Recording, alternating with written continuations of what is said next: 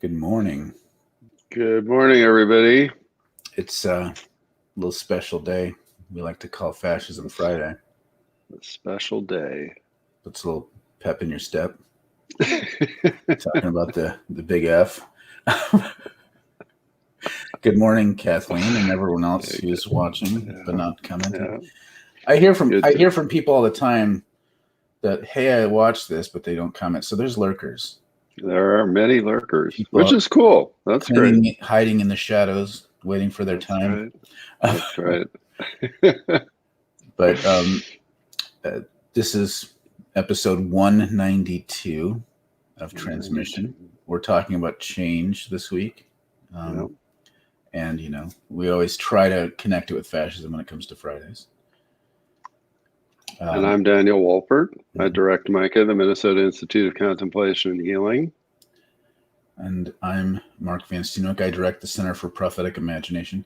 Those two names of MICA and CPI, if I think back to being rural Minnesotan conservative, those are both bullshitty names. You know what I mean? They seem fancy. Yeah. It's fancy and got words in them that are like Although, what I try to always say to people is, well, Micah, like the book in the Bible. And it's amazing how many people who are church-going people look at me like, that's a book in the Bible? So often I've been surprised at how many times that has not worked. It's minor prophets.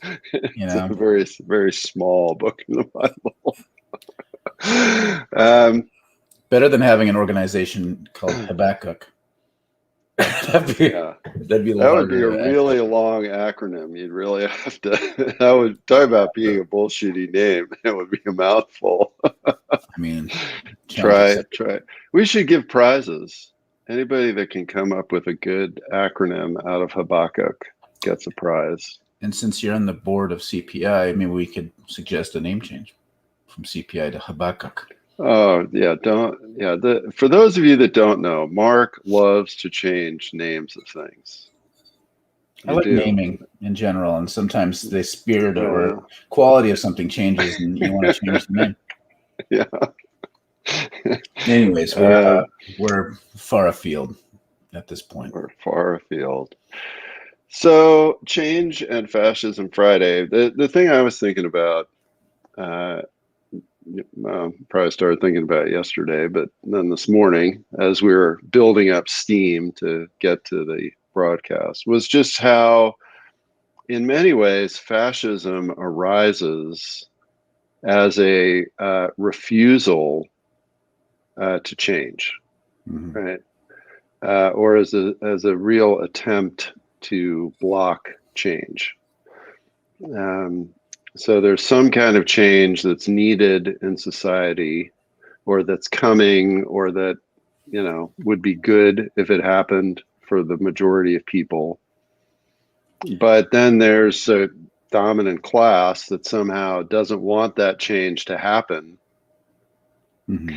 And so the great response to that is fascism, and as a way of digging in and controlling.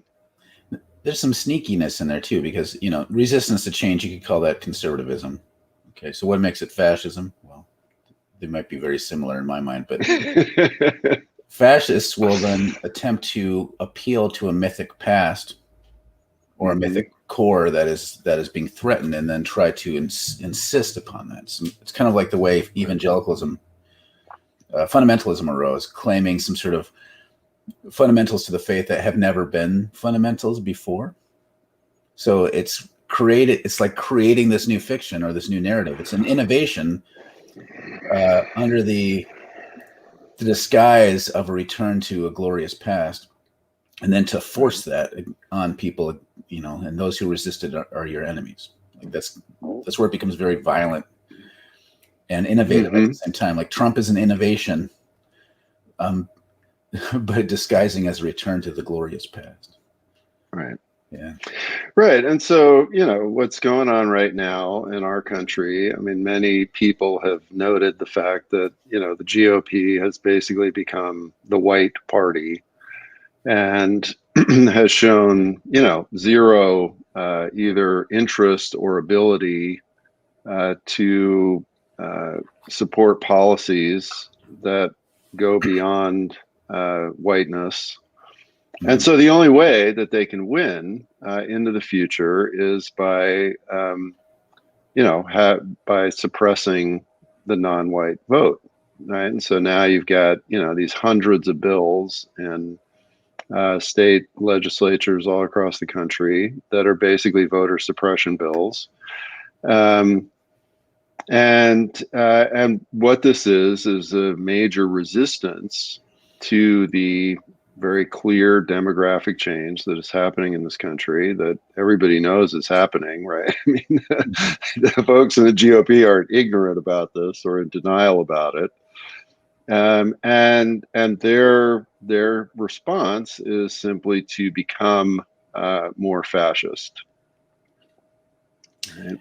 And there's a subtlety to it, because I mean, the people I knew who would have been Bush conservatives became Trump conservatives, and they think they were the same the whole time. And maybe in some ways they were. Maybe their deep thoughts were the same, but there's this slow transition because the threat is growing. Mm-hmm. Or the perceived threat is growing, and so in their mind they're just doubling down and aren't aware of the fact that they've mutated into this other political way of being that is increasingly hostile. Mm-hmm. Yeah. So a few comments coming in already, which is great. So he agrees with the acronym. What's the prize? Dan? I don't know. Maybe a selfie with Bubo.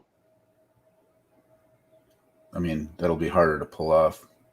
Well, we could do it virtually. A virtual selfie with Bubo. Or maybe like a little framed portrait of Bubo. Oh, that'd be sweet. Wouldn't that be nice? It would be. That's a good prize. I like that. Yeah. Susan writes, the Bible doesn't change, people do. Direct quote this week by a fundy evangelical upset about sex, marriage, and childbirth shifts in the younger generation. A lot of this resistance to change in these folks who claim a lot of political power, unfortunately. Oh my God, we could just talk about how people read and use the Bible that way. Yeah, so that's a great example, Mark, of what you were just talking about, right? So we cast the Bible in a certain way, right? And we say, oh, this is unchanging truth. This is, God's truth beamed down from on high. Your voice has to keep getting deeper and deeper as you're talking about that. And the evil, right? The evil is how sinful humans want to change what is true, right? So we have horrible, moral relativism, and we have, syncretism, and all of these awful things. And if only, people would promote the highly polygamous, slave-driven family values of the Bible. Oh, I mean the single family heterosexual marriage in the Bible.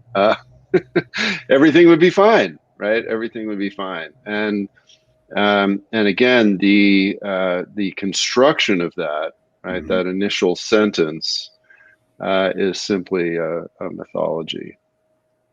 Yeah, oh my God, it just takes so much.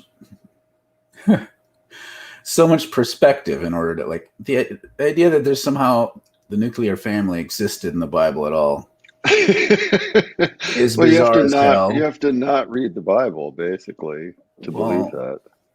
Yeah. So much, or the idea that somehow there's change of perspective within it gets interesting real fast.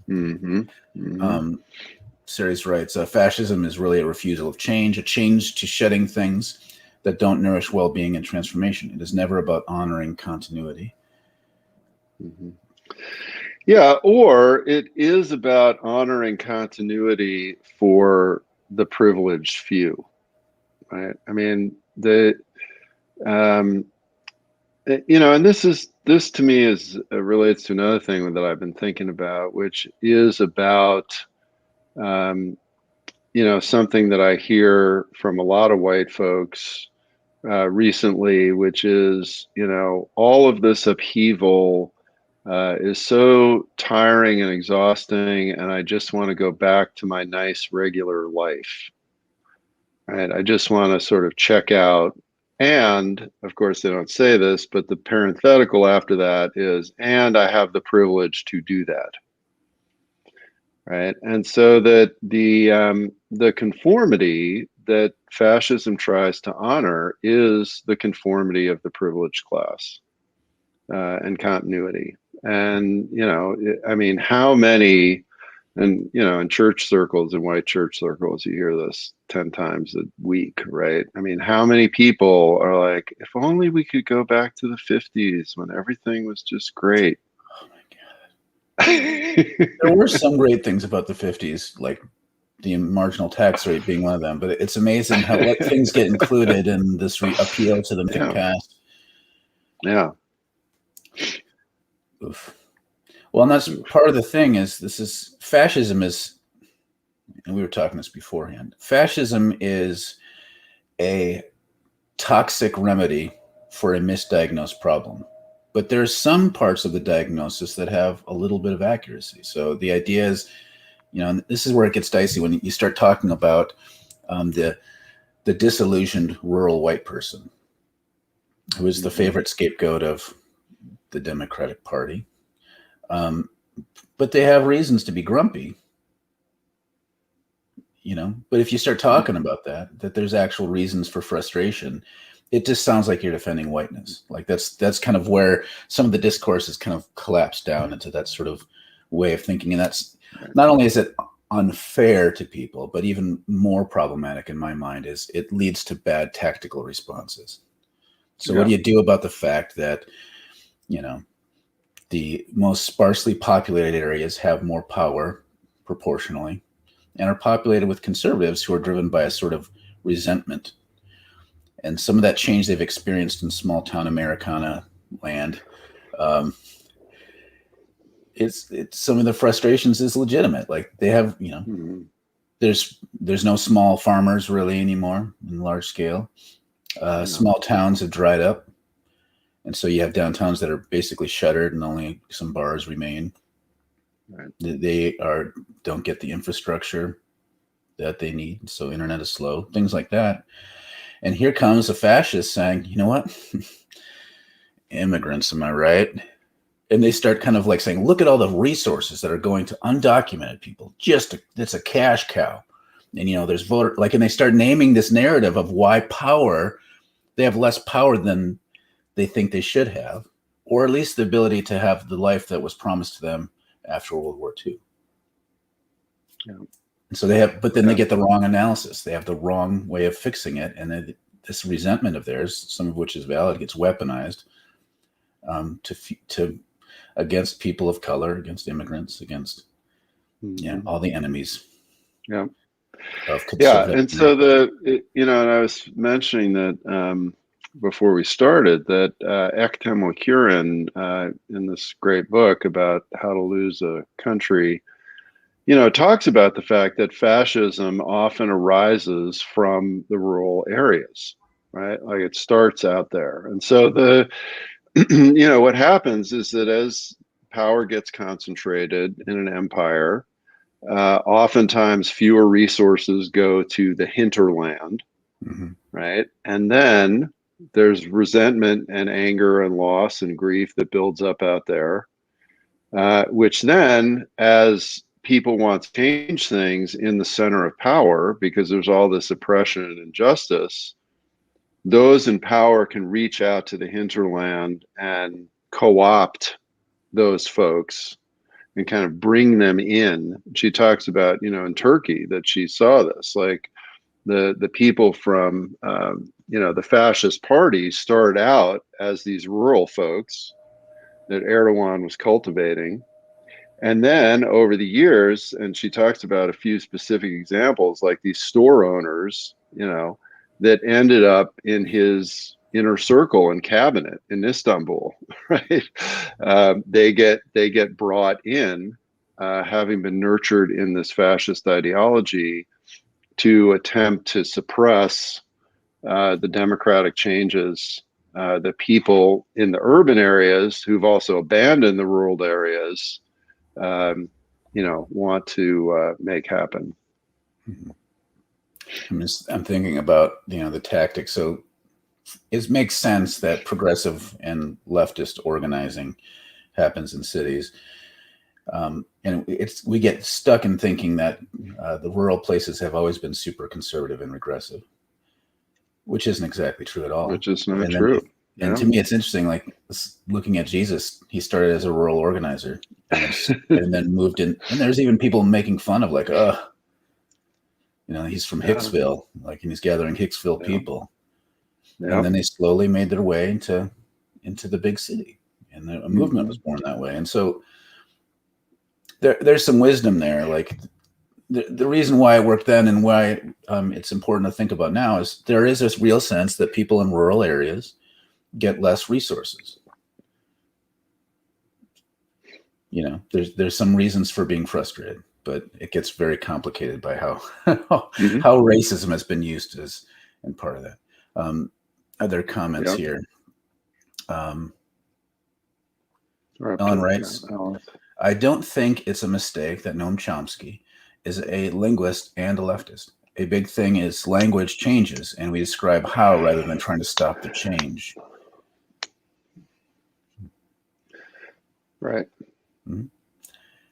Yeah, and so, language is obviously a very big part of the issue around change, right? And so how we use words, how we construct narratives and stories.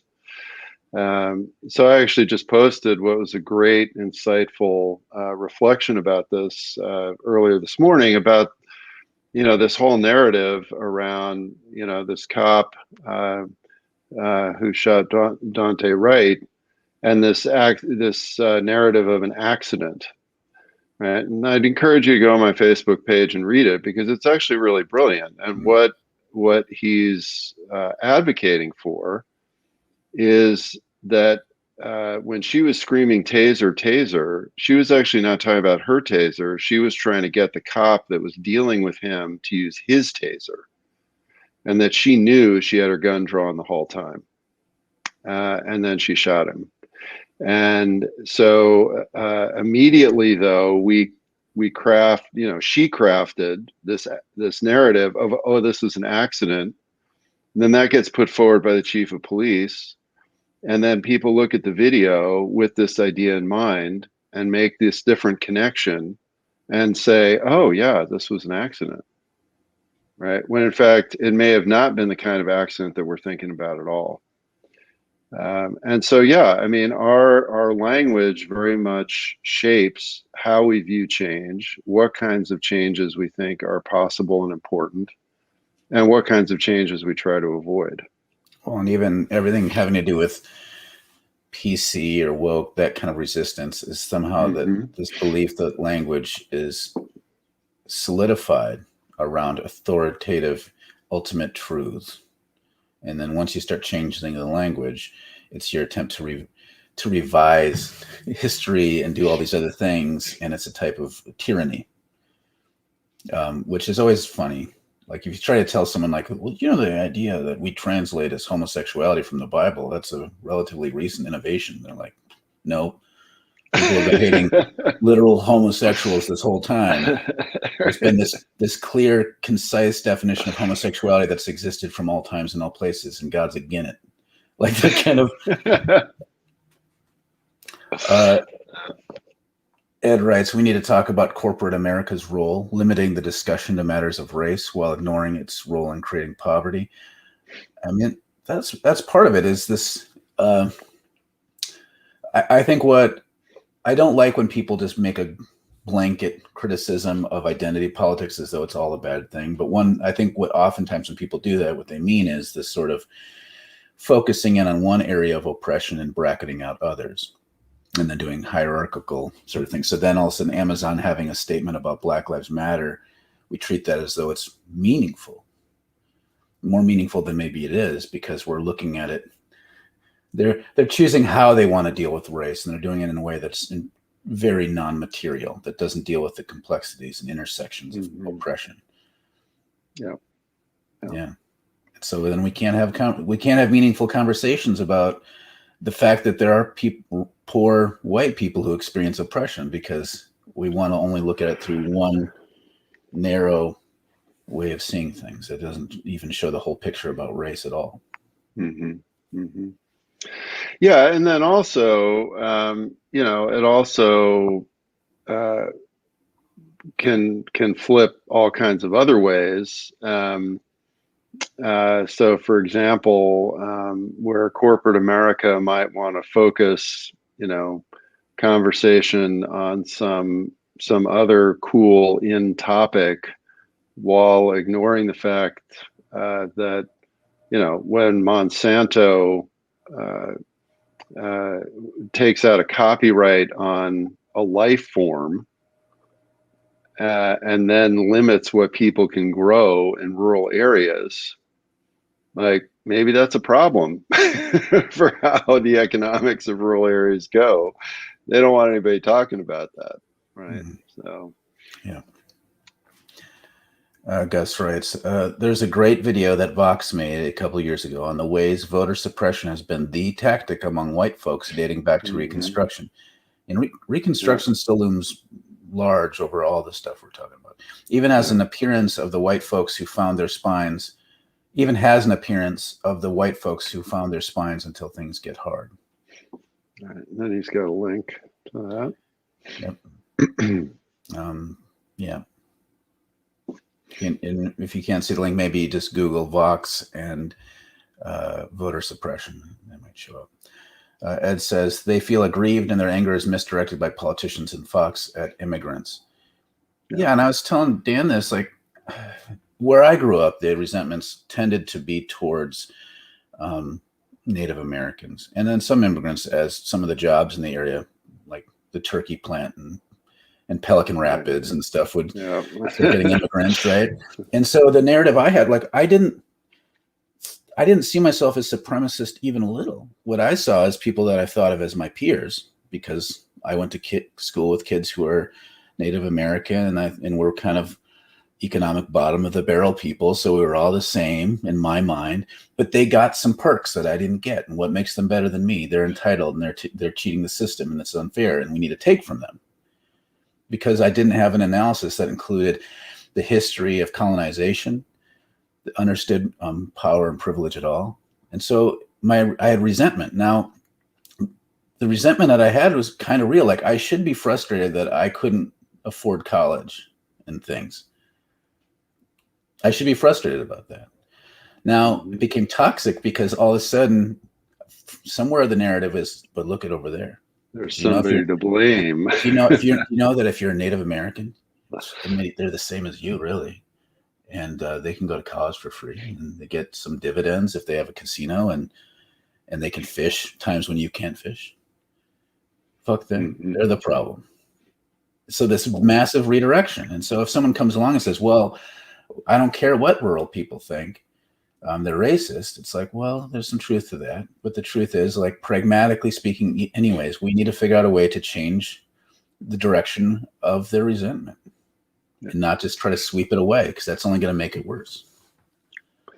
Yeah, and that, and Susan's next comment gets this. I mean, the divide and conquer strategy is the classic fascist strategy.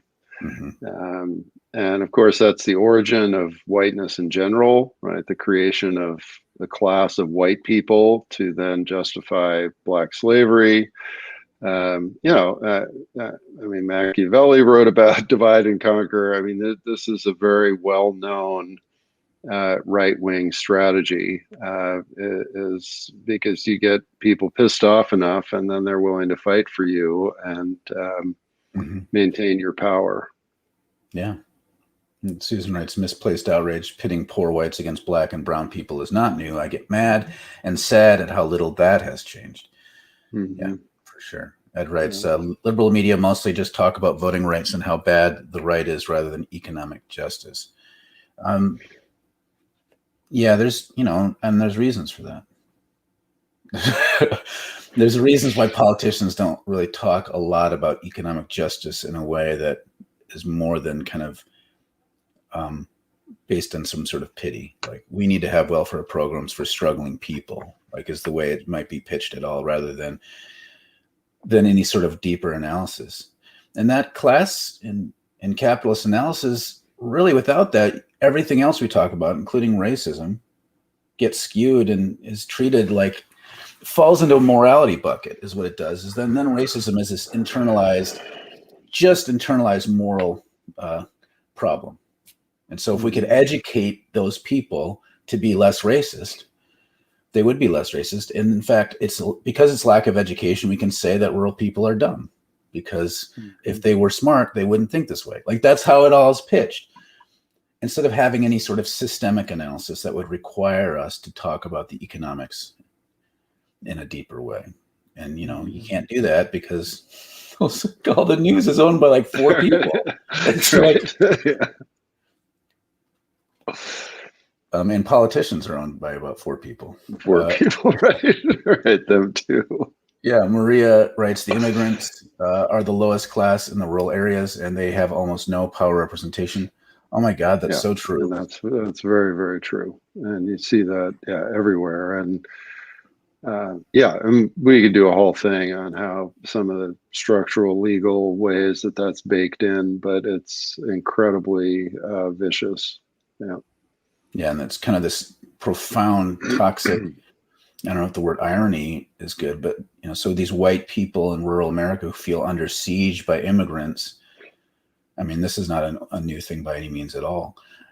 Meanwhile, those immigrants are some of the most, like, disempowered people in our country.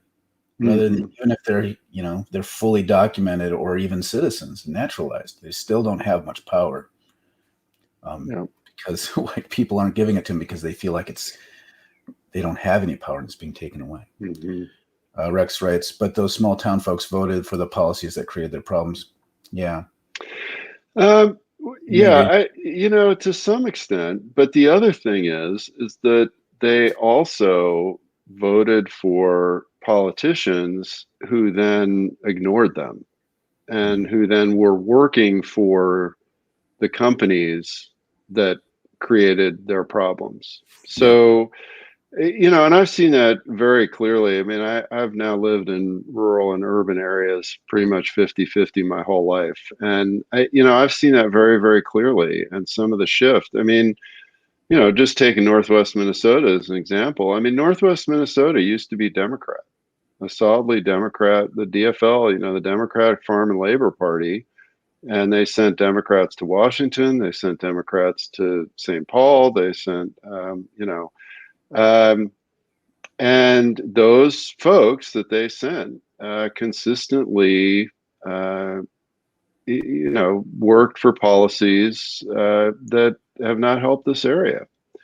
And so, this again is part of this general abandonment that happens as empire builds. And, I mean, a lot of what happened to Jesus can be seen through this lens too. I mean, as power concentrated in Rome and in the city-states around Rome, there was less and less that went to the hinterlands that was positive in any way. It became more and more extractive.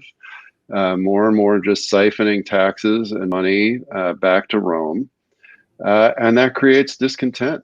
And so it's, and from a left point of view, the abandonment of rural America has been a political disaster.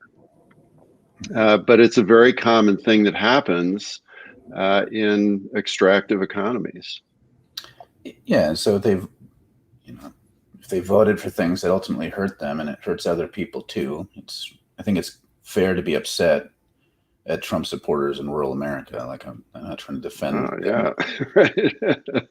But at the same time, it's like, well, I want everyone to do well in our society. And tactically, the way we get there, we're going to have to rethink this sort of like naming of rural poor white people as a stereotypical bad guy.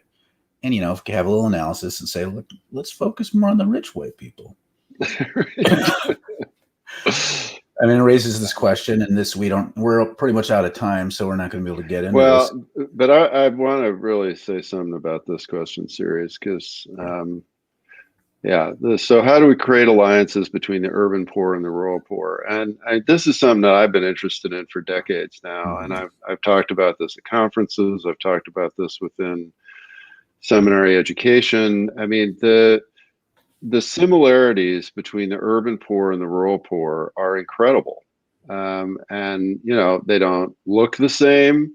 You think that it's really different, but it's actually incredibly similar. And I know that actually Gregory, who's, been on the show, has commented, is doing some really interesting work in Alabama, connection with some rural white organizers, and some of the work that he's doing in Huntsville. And to me, this is actually an incredibly fertile ground for organizing, but it takes a lot of work. There's some real structural impediments.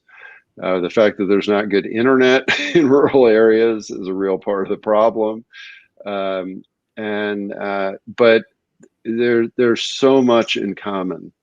And I wish that there was more that was being done about this, because I think it's really important. Well, and there's also the nonprofit reality of a lot of activism is still is hitched on to nonprofit systems that require donor base, and you have a concentration of available donors in urban contexts that you don't have in rural contexts. So there's a critical mass issue there, and people in the cities are not lining up to fund rural outreach. No. And it's not like those organizers in rural areas can then get a part-time job that pays enough for them to spend the other part of their time doing. It's the same reason that rural passed, it's hard to be a pastor in rural areas, because then you have to take in a few, congregations that are dwindling. It's the same kind of thing. Yeah. Marlene says, can you include the link to the article you mentioned, Dan? Yeah, Marlene, it wasn't an article. It was a Facebook post that I shared. So if you just go on my Facebook feed and scroll down a post or two, you'll find it. I guess writes, again, this is, you keep bringing this up, and I keep putting off watching the show because it was canceled early. But regarding rural radicals, Kansas had a strong communist organizing contingent back in the 20s and 30s. The show Damnation on Netflix, and amazing, by the way, is based loosely on a real farmers union and strike in Iowa. Yeah, and it is an amazing show. So I watched it on Gus's recommendation, and it's super good. Kathleen writes, Amazon scared the workers into not unionizing, threats of losing their jobs. Yep. Susan writes, education is so important beyond the propaganda taught in public school curriculum. Once you know and understand it, it's much harder to hate blindly. I mean, it's definitely a huge piece of it.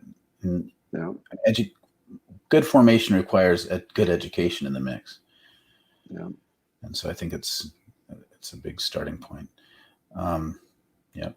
Series writes. So wait a minute, Mark. You always pass over the compliment comments. Yeah, no. Passed over the one earlier.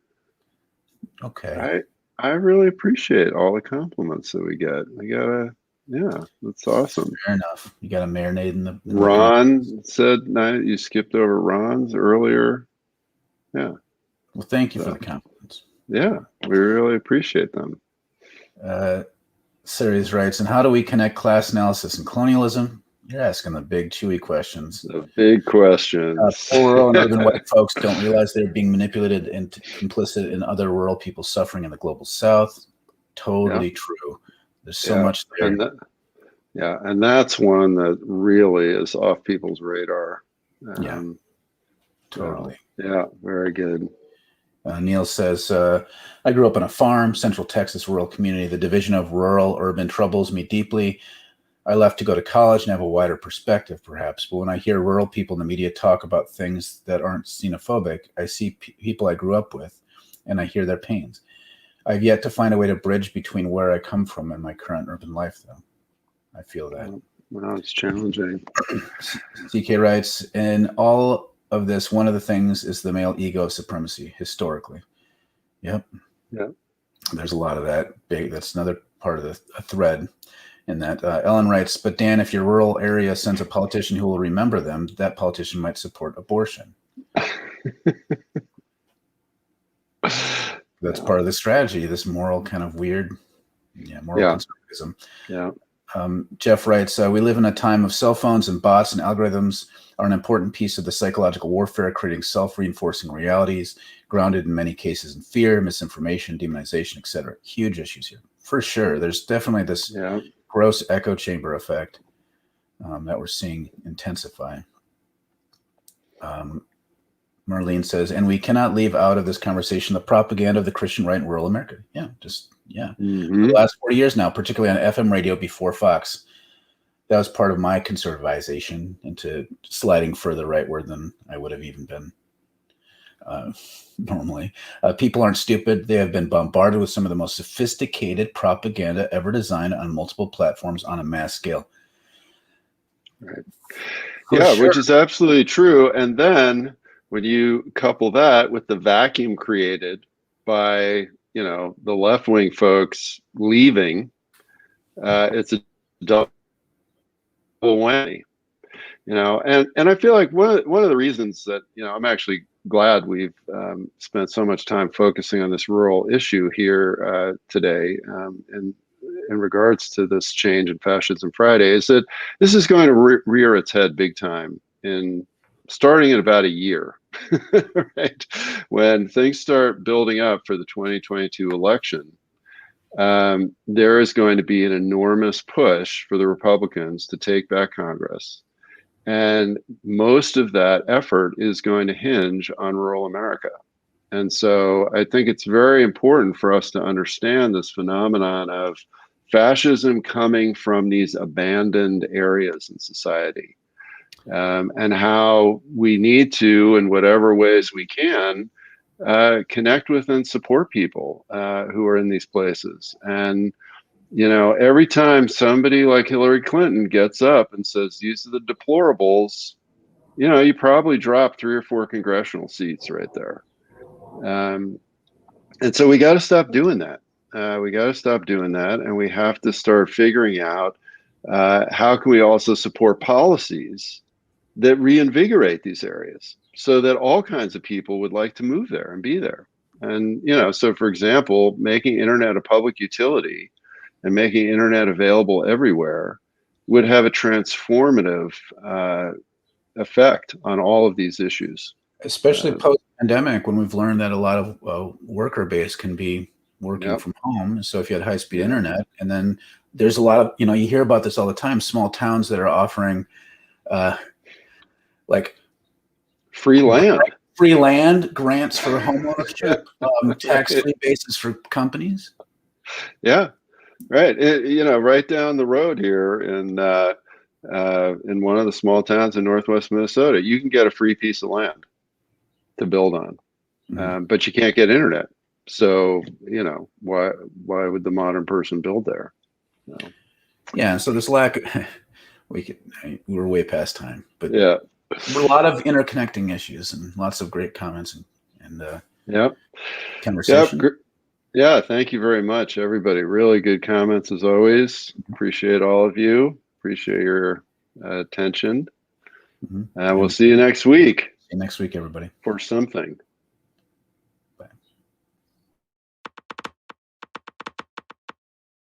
Bye.